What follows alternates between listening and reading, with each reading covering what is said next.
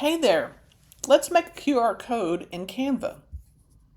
So I'm going to create a document first, and I'll just make something simple like a Facebook post. All right, now I'm going to go to Elements and I'm going to search Scan Me. And then there's the graphics that come up with Scan Me. So I'm going to put this one in there. That's really cute. Okay. And then I'm going to go down to Apps. Down here where it says Apps on the left-hand side, if you don't see it, you can scroll down to the apps, but go to the Apps section. We're going to search Canva Apps, type in QR code. I just type in QR and the code generator will come up.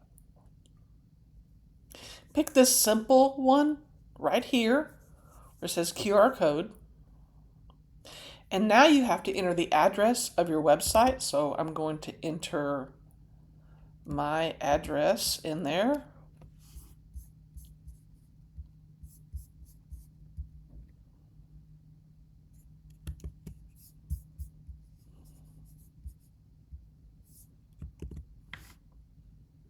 And then generate code.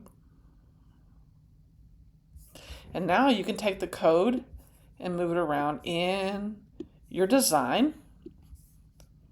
And if you scan that, it goes to my website.